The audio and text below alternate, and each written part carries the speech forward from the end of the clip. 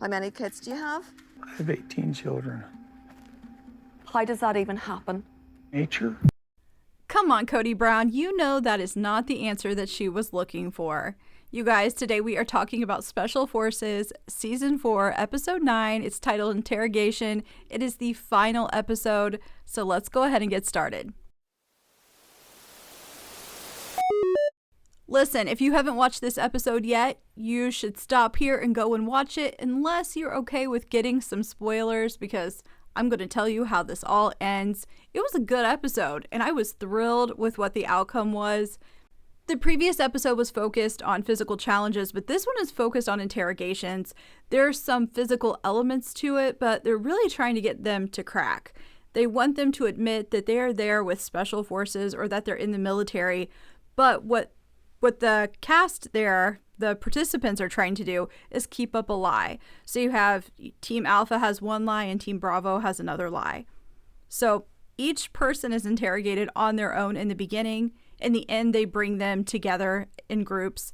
But we see Kody, and he's being interrogated by a female, by a woman. That's important because he seems to act very different when he's around the female interrogator instead of the male interrogator. Watch this interaction between Kody and the interrogator when he is asked about his kids. So nature gifted you 18 children with the one wife. She gives Kody a few more seconds, but he gives her absolutely nothing. It's like he's just completely shut down. And I feel like that's just the way it is whenever he's talking to her versus the male interrogator. She goes on and points out to Kody, I gave you time to answer a really simple question, and listen to how he responds. But I feel like it's private. What is he talking about? There's nothing private about this man's life when it comes to the fact that he has 18 children and at one time had 4 wives. He had no problem sharing all of that with the world for years, allowing cameras to come into their homes and see some really terrible moments that this family has had. But when this woman asks about how he has had 18 kids, that's when it's private. I am really interested in hearing your guys' take on why he shut down with that question. And do you think the interrogator being a woman played a role in any of that with Kody? If you watch the show, it's hard to deny that he acted different with the man. But why do you think that is? What is going on in Kody's head when a woman is talking to him? I guess it's not just that she's talking to him. She's talking about him and she is in a position of power and she's being very aggressive. But what do you think is going on with Kody when that's happening? So Kody is really shutting down, but Bree, she is trying a little bit harder. When she is interrogated, she talks about Kody and refers to him as being creepy. So there was 2 of them. One was an older guy, but he's kind of creeping me out, so I didn't talk to him. While this is happening with Bree, it's showing us Kody as well. He has moved to a different interrogator. He is talking to a man now, and he is a lot more chatty. He's going along with the lie, saying he's there for podcasting. He's doing a lot better in this situation, but Bree has now called Kody creepy. It seems like then Brianna realizes what she has said, and she tries to go back and say that he's not creepy. She just doesn't want to talk to him. But the damage is already done. The staff that is watching this mentions that they don't like Kody. Not them. Not that they don't like Kody, but Bree doesn't like Kody. And they realize this is sort of the weak spot for the group. And so they end up taking Bree and Kody outside, and Bree is standing there watching while they start pouring water over Kody's head. And they tell him that they are doing it because she said that he was creepy. And she tries to backtrack a bit. She says that she said he was old, which she did, but they point out that she did say creepy. And then after this, they switch to pouring water over Brianna's head while Kody watches. And I want you guys to listen to what they say to Kody when this is happening. Are you enjoying watching a woman suffer? Because I think that's what you like. Ooh, this I don't know why, but this really, really surprised me. I just didn't expect to hear the interrogator say that. After this, we still have Andrew East and Sean Johnson East. They're still on the show, and they're really trying to use the fact that they're a married couple against them. So they end up having Andrew help push his wife under the water and sort of hold her there for a few seconds and then pull her up. Listen, I know it's a show, but I still found it a little bit hard to watch.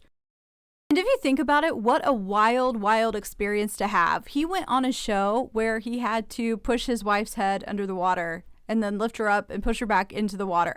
Like, that's just such a crazy thing to have ever done. Listen, I don't know how much they got paid, but I would be happy this experience was over if I was them.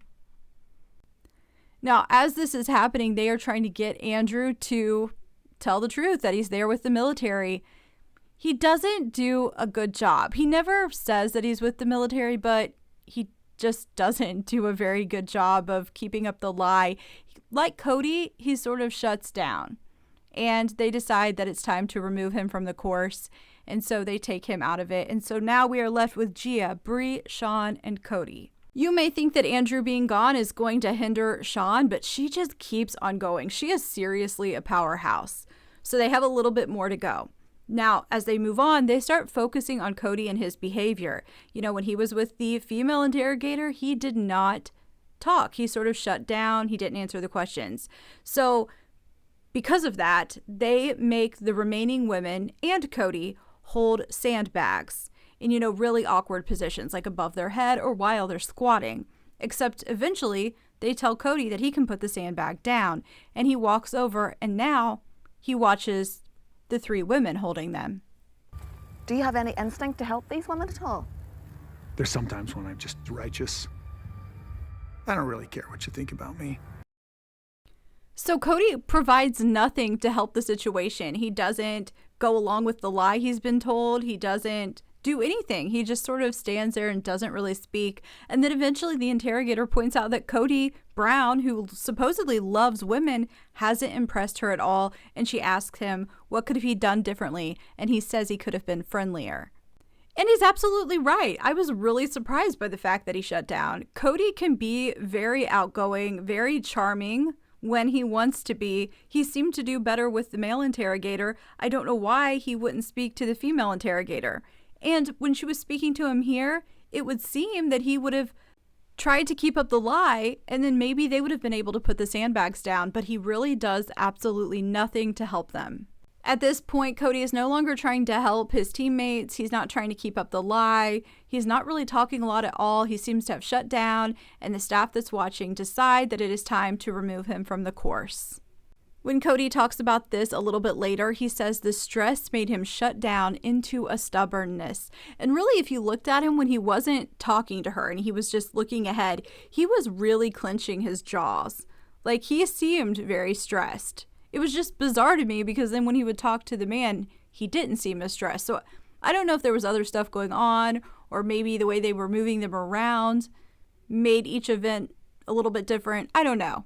But he wasn't talking to her. And when he said it was private, when she was asking about his wives and kids, I was like, that's really weird. But anyway, at this point of the game, he is out. Is it a game? I keep saying game. And at this point in the show, he's out. And we're left with Bree, Gia, and Sean. I have really enjoyed watching them get this far. They are all so physically strong, and they're handling these situations so well. The next thing they have them do is they make it look like they're going to bury them. That's the idea of what they're doing. They're laying down in a box and they're putting a lid on top of them. This is something Bree is just not okay with. So she says she's out. She voluntarily removes herself. And you can tell that Gia is really, really freaked out by this as well. She actually sits up. And for a second, I thought she was going to quit. But she didn't. She laid back down and she stuck it out. And if I remember correctly, they said at that point there were only 10 more minutes left. So Bree was really, really close to making it, but she didn't. But Gia and Sean, they laid there and they never gave in. They never said they were in the military. They take the lids off. They ask them again, are you in the military? But they still say no. And then we're at the end of the show and the staff says that they both made it. And you guys, I just felt so proud of Gia. Like, the whole time I've been super impressed by Sean and Gia as well, but there was a part of me that was just waiting for her to leave. I thought when her mom left that was going to be stressful for her, but she just really, really kept going. And I was so happy it was the two of them. But you guys, that was it. I want you guys to let me know what you thought about all of this. Was there anything Kody said that surprised you? Were you surprised that he didn't talk? Because I was. But that is it, you guys. If you haven't already, I hope you will click like and subscribe and come back to Happily Ever Reality.